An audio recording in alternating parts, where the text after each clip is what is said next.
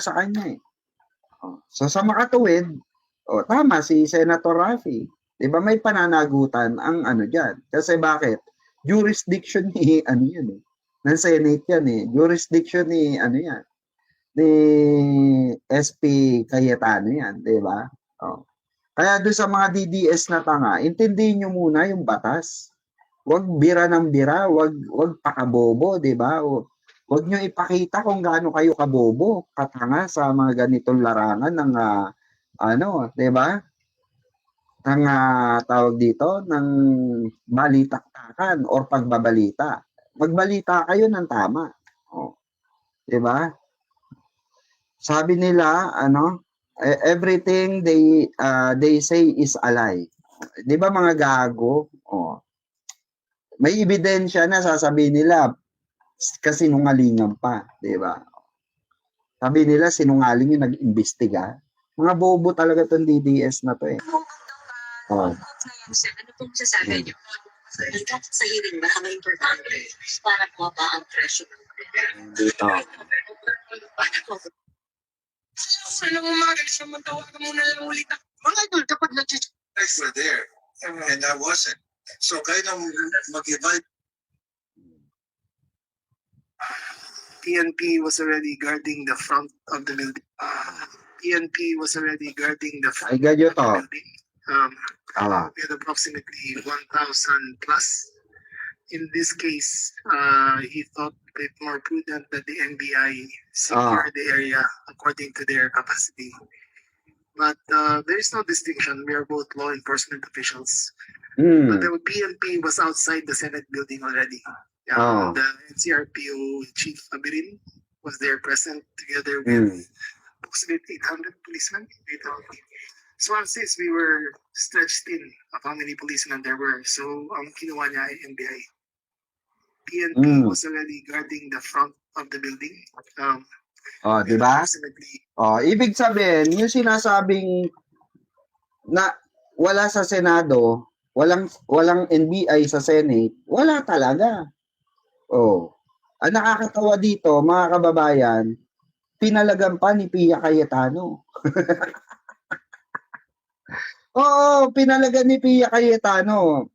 Tingnan nyo gaano ka bobo itong mga senador na ito. Imagine niyo si Pia Cayetano, puta naging reactor mga kababayan. Oo, naging reactionist, naging vlogger bigla. Ito panoorin natin yung kay Pia Cayetano. Tapos pipilitan niya, nanaan dun daw, malapit lang daw dun sa ano nila. Hindi yun ang punto dun. Ang punto dun, nagpaputok ba? Pinasok ba kayo? Kitang-kita sa video. At sinabi na ni Secretary John D. Cremulya, ayon sa investigasyon, the Senate was not under attack. It was not under attack. Diba? Mga ano talaga eh. The amendment. Mga mema eh, no? May masabi lang eh. Diba?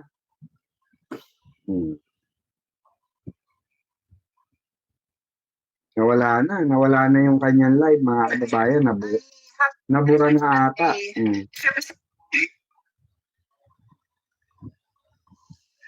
Nabura na ata yung live niya. Binura na. Hello. Good evening, everyone. Wala na, binura na. Included presentation.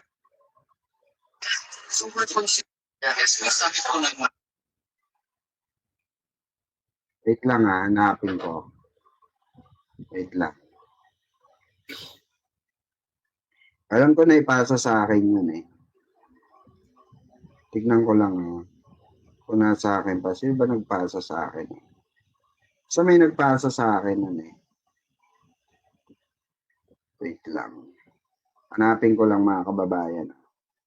Puta naging vlogger siya. Oo. First time in the history.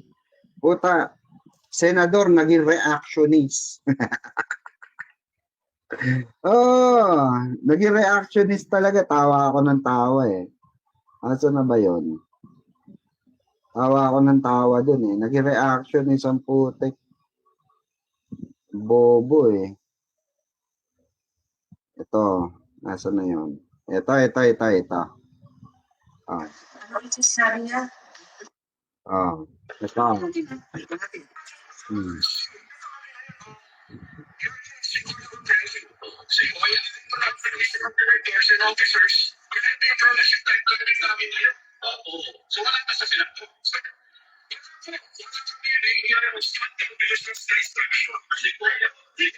Okay.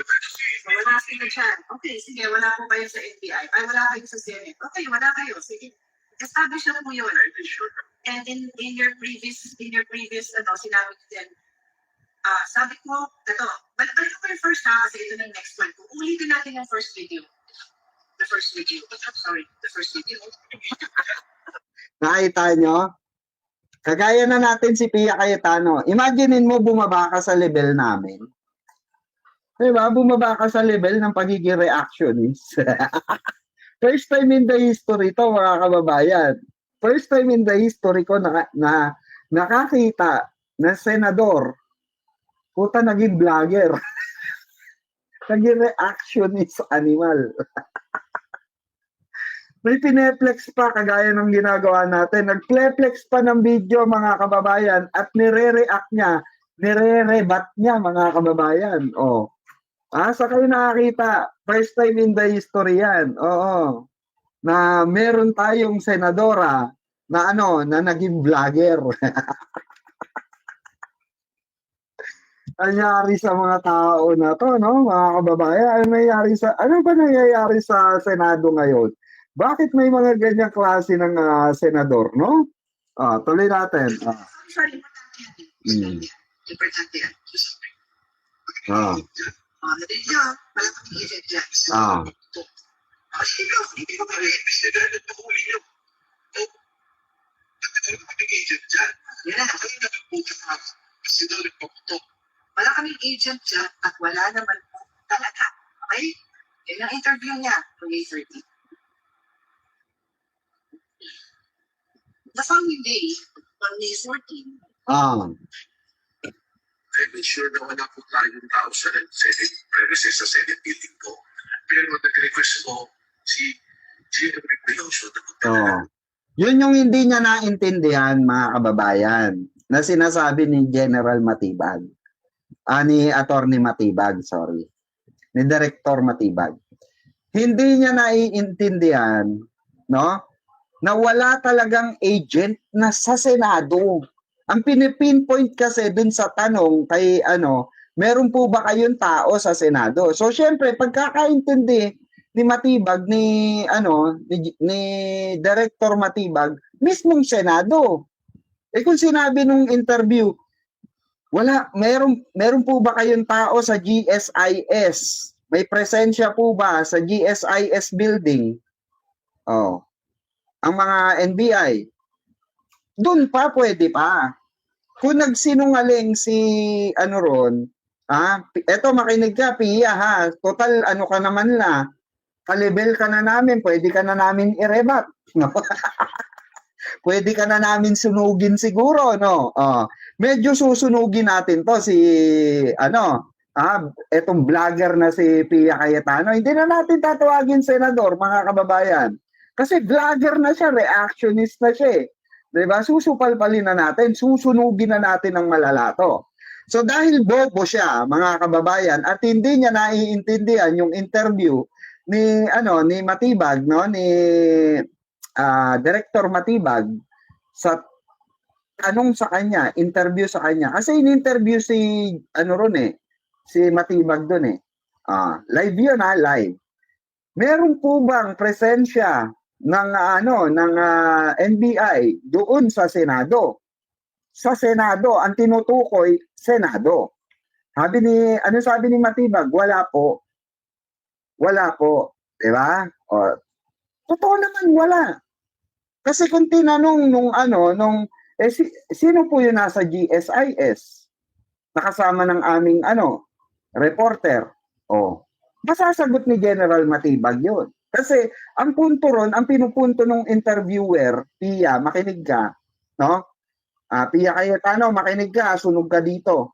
Papapaintindi ko lang sa'yo. Yung sinasabi ng NBI director, yon sa Senado yun. Dahil yun yung tanong sa kanya sa Senado. Hindi naman Senado ang GSIS eh. Bakit tatawaging GSIS yun kung Senado yun? Di sana Senado na yun, Senate building na rin yun. Kaya nga tinawag na GSIS building eh. Ang kaibahan lang nun, magkatabi sila. Kasi ang Senado ay nangungupahan yung tatayuan sa GSIS. Magkaiba yun. Di sunog ka na agad. Sunog na agad ang kabobohan mo. Diba? Kasi bakit? Kasi hindi mo naiintindihan. Nag-reaction ka doon sa first interview ni Matibag at nung naandun na nung after na nung Sage. Nung pa-interview na, nagsalita na si Matibag, si Director Matibag saan? Sa 'di ba? Sa Malacanang. Sa press briefing ng Malacanang. Nagsalita na siya ron.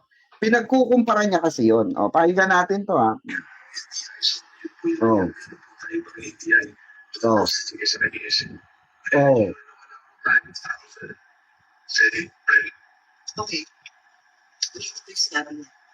Wala daw siyang tao sa Senate premises. Sa Senate building. Wala daw. Tama. Pero doon na reveal the following day, Thursday, meron tao sa GSIS. Correct. Okay? So meron tao sa GSIS. Oh. Ano yung pinapayuwag niya? Sa Senate wala, pero sa GSIS meron. Correct. Mga kababayan.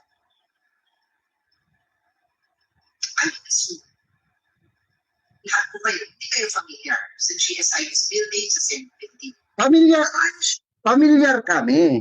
Familiar kami ron. Ikaw lang yung hindi makaintindi. Kasi nga bakit? Bobo ka eh. Nagpapakabobo ka doon sa narrative mo. 'Di ba? Gusto mong gawin bobo sarili mo kahit alam mo sa sarili mong hindi ka bobo. Hindi ka naman siguro magiging senador. 'Di ba? Kung bobo ka. 'Di ba? More or less pinapatunayan mo bobo ka. Malinaw naman yung sinabi. Kasi ang pinipilit mo, ang GSIS, sakop ng Senate. Magkaiba yun. Although magkadikit sila, alam namin yun. Pero ang pinupunto rito, ng tanong dito, may tao ba si Matibag sa Senate? Wala. Kasi bakit? Nasa GSIS. Dahil bakit? Nagpa-escort nga yun sa GSIS. Kuha niya. Kasi baka dumaan dun si Bato. Kahit nga dun sa drilling eh. Kahiya kayo ron. Diba? Sunog na sunog. Bumaba sa level natin eh. Bumaba sa level natin, mga kababayan, si Pia Cayetano. So susunugin natin ngayon. Kasalanan niya yan, bumaba siya sa level natin. Nag-reaction siya sa katangahan niya. Actually, hindi naman siya bobo. Hindi rin siya naman tanga.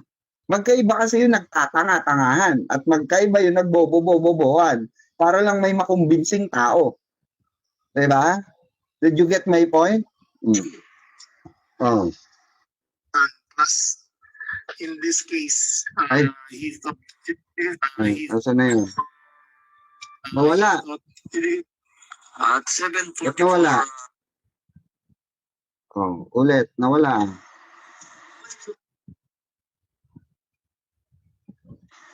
Kasi mo pa ng ganun kasi sa GSIS building, sa Senate building. So I'll show you. Sige, show us. Okay. Here. Ayan, papakita niya. Okay. Itong kulay dilaw is the building. Building. Ito garden. garden. Work. Ah, Ganyan ng chief of staff ko. Office ko yan. office mo. Napapansin mo parang ganun kasi parang Teddy's is yung design. I'll show you a picture actually later. Basta Ah. yun yung office ko. Yan. Ah, Tapos, katabi ko mga ibang senators dyan. Tapos, okay. pero sa kapila. Sa site na to, Ah, yun yung office ko na nakaharap sa garden ng GSIS. Anong building to? Nakalagay. Union Bank of the Philippines. Yan lang naman yung tag, but GSIS pa rin yan. Hindi Senate office yan. GSIS offices yan. Tama. Magkadugtong mga kababayan, magkadugtong ang building namin. Walang pagitan. Magkadugtong ang building namin kasi kaming senators, nag-lease kami, nagre-rent kami sa GSIS. Exactly. Exactly. Doon nga sunog ka na eh. Doon, dito pa lang sa pinapakita mo, eto nga yung sinasabi natin, ginagawa mo, you're trying to convince other people na na ang GSIS at yung mga karatig na katabi ng Senado ay iisang building. 'Di ba, mga kababayan? Yun yung gusto niyang ipa-emphasize sa atin. Na which is hindi po. At yung sinasabi niyang walang pagitan, may pagitan nga eh. Pinakita na nga sa video eh. Kasi kung walang pagitan yan, dire-diretso ang NBI dyan. Did you get my point? Pia, sunog ka na. Diba? Sunog ka na agad. Sa gusto mong kahit na paikot-ikutin mo, ang tanong kasi rito kay Director Matibag, meron ka bang tao sa Senado? Mismo sinabi ni Matibag, Director Matibag, wala akong tao diyan. Hindi naman tinanong kung sa GSIS. Puta kung mag-isang lang yan, puta ina, di lahat pala yan, Senado yan. Ganun ba gusto mong sabihin, Pia Cayetano, na lahat yun sakop ng Senado? Sa bibig mo na nga mismo nang galing. Na nangungupahan lang kayo dyan. Natural, pagka may pinapaupa, may privacy yan. May jurisdiction boundaries yan. Doon pa lang sunog ka na mismo. Sa video mo, sunog ka na. Sunog na kita. Ako pa lang to Ako pa lang to. Si Birador Pikwa pa lang to, mga kababayan. Paano pa yung mga ibang vlogger? Na nagre-reaction sa ganito. Dito pa lang sunog ka na. Gusto mo, pinapa-emphasize mo kasi, Pia Cayetano, sa sambayan ng Pilipino, naiisa lang yung na yan. Yung building na yan ay sakop ng Senado yan. Hindi yan. Magkaiba yun. Yung mga nasa GSIS building ba sumasahod sa Senado? Pinapasahod ba ng Senado yan? Staff ba ng Senado yan? Hindi. Sumasahod sila sa GSIS. Just because empleyado sila ng GSIS. Paano magiging premises ng yan? Ng Senado yung GSIS na yan. Di ba bobo ka? Di ba nagbobobobohan ka? Kahit alam mo sa sarili mo, kahit ikaw, ipagpalagay na natin, walang ganyan. Walang ganyan. Sabihin ng GSIS, sabihin nyo sa GSIS, na hoy kayo, sumunod kayo sa amin. Dahil bakit? Itong building na ito ay sakop ng sakop ng Senate. Sa tingin mo, papayag ang GSIS. Na-cover nyo sila. Hindi sila papayag, of course. Diba? Hindi sila papayag. Bakit? Ibang building sila eh. Magkakadikit kayo, naiintindihan namin yun. Pero yung sabihin mong GSIS ay sakop ng building ng comfort zone ng ng Senate. Mali ka doon. Diba? Oh, maling-mali ka doon. Oh. It is one big Oh. Oh. Naghahanap ako ng picture ko.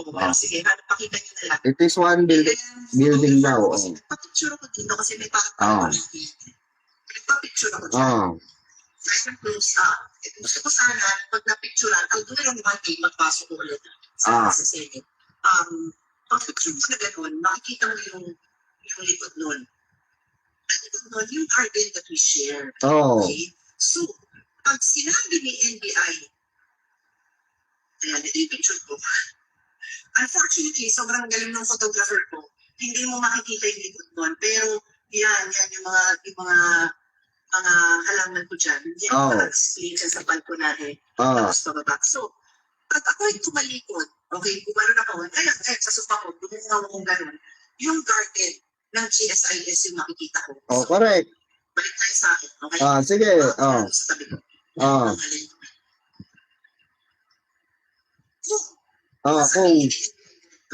Ako sa GS, sa Senate, sa PDM, walang siyang tao sa Totoo naman eh. pero meron siya sa GSIS. Sa mga balkonahe ko, o sa dulo ng building ko, nilalakad ko ito guys, minsan pag kayo mahaba yung oras namin sa Senate, hanap ka ng picture ng hallway natin. Mahaba yung hallway. Yung dulo ng hallway ko, dito, papunta doon. Ang dulo-dulo nun, didikit na yun sa GSIS. So, nasa yung NBI niya, doon sa kabila lang ng pader. So, pag ginato ko, pabalikan ako ng tatlong NBI agent niya. Nandito lang po kami. Natural yun. Sa'yo na nga mismo nang galing eh. Na magkatabi lang kayo ng GSIS building eh. Sisihin mo yung Senado. Bakit nangupahan sa GSIS na ganun lang ang pagitan? Pinto lang ang pagitan. Pader lang ang pagitan. Oh. The fucking question here, Pia Cayetano, makinig ka no. Meron bang tao sa Senado? Meron bang NBI sa Senado? Yes or no? Oh. Of course not, wala. Kasi kung may tao doon sa Senado, rat-ratan to the max yun. Baka patay pa si ron, aplas ka ron. Diba, mga kababayan? Oh, mahirap kasi nagpapakabobo ka eh. Senadora ka na, nagpapakabobo ka pa. Diba? Oh. Mahirap yun. Kasi bakit?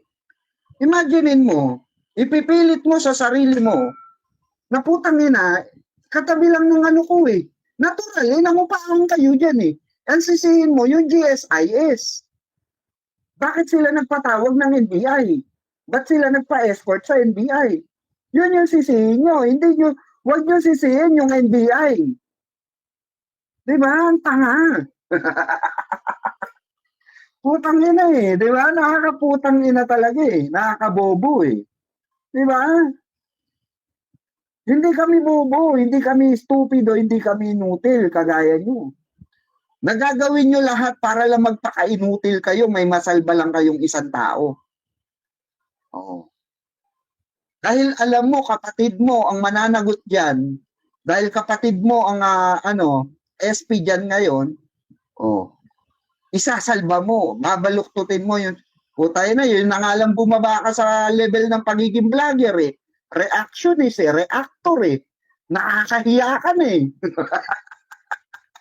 Di ba mga kababayan? Doon pa lang ang laking kabobohan na ng gagawin mo. Mungkatin mo, magre-reaction ka para lang may mapatunayan ka sa sambayan ng Pilipino. Oh my God. Di ba? Asan yung pagiging mambabatas mo doon? Nak ng puta, yan ang sinasabi ko eh. Diba? Yan yung sinasabi natin eh. Yung utak, nilalagay lang sa ulo eh. Diba? Pero, may utak naman siguro yan, mga kababayan. Alam naman nila yung tama. Pilit lang nilang minamali yung tama. Malinaw naman. Video mo na nga yung ginagamit ko eh. Malinaw na nga yung pinupunto dun eh. Meron ka bang tao matibag sa Senate? Wala. Oh. Pero ang sabi niya, the GSIS building, Pero ang pinupunto ni Pia Cayetano rito, mga kababayan, katabi lang daw. Natural. Magkatabi talaga yun. Pero magkaibang baluarte yun. Magkaibang jurisdiction yun. Yun yung hindi niya maintindihan. Ganito kasi yun. Eto. Para mas malinaw, Pia Cayetano, makinig ka. Sana makarating sa iyo to, Madam. West Philippine Sea. West Philippine Sea na lang ang sa sample ko sa iyo. Di ba may jurisdiction ang Pilipinas at ang China when it comes to West Philippine Sea? Pag tumawid ka dito, nasa China ka na. Pag tumawid ka sa kabila, nasa Pilipinas ka na. Anong pinagkaiba nun? Doon sa pinupunto mo. Anong logic doon? Di ba? Walang ka-logic yung sinasabi mo or pinupunto mo. Bakit? Putang ina, gano'n naman talaga eh. Ang tanong dito, nasa jurisdiction nyo ba? Yung mga NBI. Oo, hindi. Hindi. Dahil nasa GSIS na sila, kumbaga, nasa China pa rin sila. Wala pa rin sila sa Pilipinas. Pero pag lumampas sila, dun sa boundary, dun sa pinag-aawayang Scarborough Shoal, nasa Pilipinas na sila. Did you get my point? Ito mahirap eh. Bababa kayo sa level namin eh. Masusunog lang kayo. Sunog siya rito eh. Pero walang kami dyan sa premises nyo. Oh. So yan ba ay maayos na is that a reasonable, Yes. responsible, Yes. intentional response Yes. to your agreement with the Senate President that you Yes. tapos nandun ka lang pala sa gilid namin? Yes. Bakit? Jurisdiction nyo ba yun? What the fuck? Diba, jurisdiction nyo ba yun? That's the fucking question. Sakop ba ng jurisdiction nyo yun? Hindi nyo sakop yun. Kaya nga meron sariling meron sariling manager. May sariling batas ang GSIS building dyan. Na hindi sakop ng batas or protocol ng ng Senate of the Philippines. As simple as that. Diba? Sakop ba yan ng batas? Wala kami nakikitang mali doon. Kayo ang may mali ron. Alam nyo kung anong mali nyo ron? Yung pag-intindi. Dahil gusto nyong palabasin na kayo ay biktima. Ganun lang kasimple yun. Diba? Malinaw na malinaw. Wala sa Senate, nasa GSIS. Ang linaw naman ng tanong. Pero kung tinanong ng reporter, meron ba kayong tao sa GSIS, Director Matibag? Natural, sasagot si si Matibag, 'di ba? Si Director Matibag na meron kaming naka-deploy na mga tao diyan. Dahil humingi sa amin ng assistance. Itong at ilan lang sila ron. 'Di ba? Para sa security ng kasi nga baka doon dumaan si Bato. Kaya nga ginagray ng mga ng mga karpintero ng GSIS. Dahil nga bakit? Yun lang ang pagitan pinto lang . 'Di ba?